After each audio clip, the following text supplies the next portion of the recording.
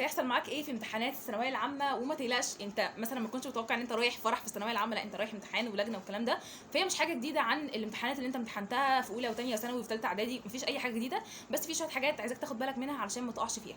اول حاجه وان انت ما تروحش الامتحان مطبق، وانا قلت لك في الفيديو اللي فات اوعى تروح في الامتحان مطبق عشان هتبقى مش مركز، وممكن في اسئله انت تكون عارفها وتحلها غلط بسبب قله نومك.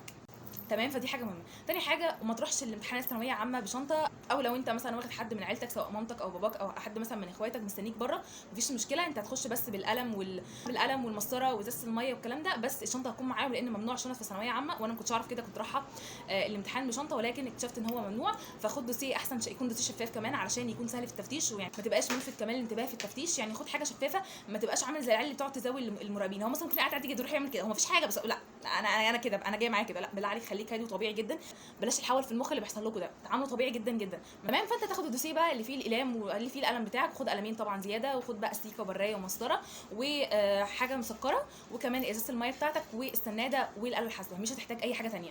تمام خلاص دخلت. احنا اول حاجه بنتفتش قبل ما نخش المدرسه بنتفتش، واحنا كنا مدرسه بنات بس، فالتفتيش بيبقى بضمير، هو تفتيش بضمير بجد، ما اعرفش معاكم الولاد بيحصل ايه، بس هو التفتيش بيكون بضمير.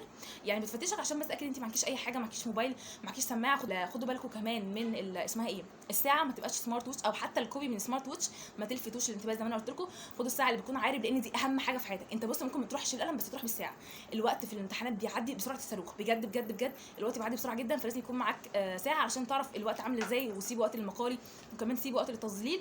مهم جدا تكون معاك ساعه. خلاص هنفتش من اول باب المدرسه، فتشنا الحمد لله وطلعنا بقى. بتشوف طبعا لجنتك، بتدور على لجنتك وبتختار، مش بتختار المكان انت بتقعد فيه، بتشوف المكان اللي مكتوب في رقم جلوسك، بيبقى مكتوب برده على الديسك بتاعك وبتقعد عليه.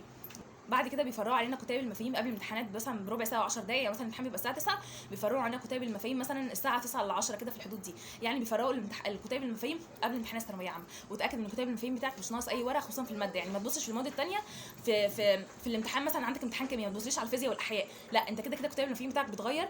يعني اللي انت خدته في اول يوم هو بيتلم منك، هتاخده ثاني يوم، مش زي اللي انت خدته اول يوم. تمام، لان هو مش بتاعك، مش تكتب حتى عليه اسمك، بس تتاكد ان انت مثلا الماده تكون كامله. يعني مثلا الكيمياء تاكد ان كل المعادلات كامله كلها، ولازم اصلا تكون متدرب على كتاب المفاهيم قبل ما تروح الامتحانات. عشان كده بقول لكم اتدربوا من دلوقتي على كتاب المفاهيم عشان ما تتفاجئوش مثلا بالمعلومات اللي موجوده جواه، او تكون اول مره هتتعاملوا معاه، فتدربوا عليه قبل اصلا ما تروحوا. تمام، يعني انت لما تسلك كتاب المفاهيم هتتاكد من كل المعلومات في الماده اللي انت هتاخدها، علشان طبعا لو في حاجه ناقصه تقول للمراقب تبدله لك.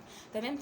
وبعد كده هيسلموكم بقى ورقه البابلشيت وكمان البوكلت. بيكون طبعا في 2 مراقبين، واحده بتسلم البابلشيت وبعد كده واحده بتسلم البوكلت. اول ما تمسك ورقه البابلشيت هتكتب عليها اسمك كويس جدا، هتكتب رقم جلوسك، وكمان بنمضي كمان، يعني هنكتب اسمنا تحت وكمان بنمضي، وفي كمان رقم الجلوس. تاكد من رقم الجلوس، تاكد كمان ان يكون الطباعه واضحه في بابل شيت بتاعك، تاكد كمان ان هم بيكونوا صفحتين مع بعض. تمام، بيكونوا صفحتين بابل شيت، صفحه للاختيارات وصفحه للمقالي. تمام، والبوكلت بردك بتاعك تاكد برده من الطباعه، الاسئله كلها تكون واضحه بالنسبه لك. طبعا ما تستناش كل الاسئله واضحه. واحد يقول لي سلمى الرسمه ما كانتش واضحه، كانت ابيض واسود، كلها ابيض واسود.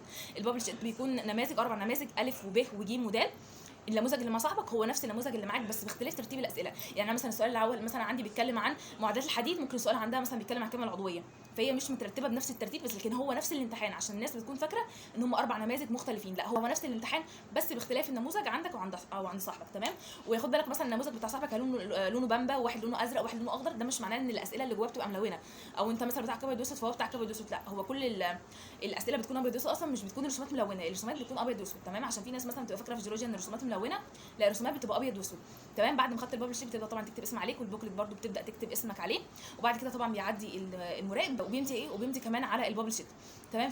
واحنا طبعا قاعدين برده بيعدوا علينا ورقه كده بنمضي عليها، ما تعرفش ورقه ايه، بس هم بيمضوا تقريبا دي ورقه الحضور اللي انت اتاكدت ان انت حضرت، فبتمضي تقريبا اسمك مرتين، تقريبا مره بالرقعه وتقريبا مره بالنسخ، مش عارف احنا بنكتب اسمنا بنمضي كتير مش عارف عليه. بعد كده بتخش برده علينا مس بتبقى ماسكه مثلا تقريبا ماسكه ايه، اللهم صل على سيدنا محمد، الاستماره، وبتشوف شكلك اللي موجود في الاستماره هو نفس الشخص اللي حاضر ولا، عشان تتاكد برده ان انت ممكن تكون شخص مختلف، الله اعلم. بس بعد تتاكد ان انت بقى خلاص كده بتبدا تحل في امان. بس مش بتحل في امان، اصبر شويه معايا. احنا في الامتحان بتاعنا كنا بنتفتش من هنا، ياسمين لا مش من الطرحه، كنا بنفتش من الودان. احنا كنا قاعدين فجاه فنلاقي مثلا ميس بتعمل لنا كده عشان نتاكد لو في سماعه او اي حاجه، ودي في حد ذاتها حاجه ما تقلقش خالص، ده بالعكس عشان يعني تطمن ان مش ان شاء الله مش هيكون في غش، وان شاء الله ان شاء الله اي شخص يتعب باذن الله هيلاقي، والشخص اللي مش هيتعب بس هو تعب هو بذل اقصى مجهود في الفتره مثلا اللي بياخد دلوقتي بالك اسبوع وانت هتذاكر وهتجتهد ان شاء الله ربنا هيكرمك. انت ما تفتكرش مثلا عشان انت ما فتحتش المنهج فالدنيا هتضيع معاك، لا هو كده كده في الاول وفي الاخر الامتحان بتبقى توفيق من ربنا.